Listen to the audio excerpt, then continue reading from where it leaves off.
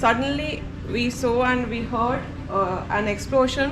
It came towards the paddy area, and we saw a huge blast happening with a black smoke. Then we ran inside. This is my office, and we ran inside the office, and within few seconds, like the second explosion happened. Then two of my troops got injured.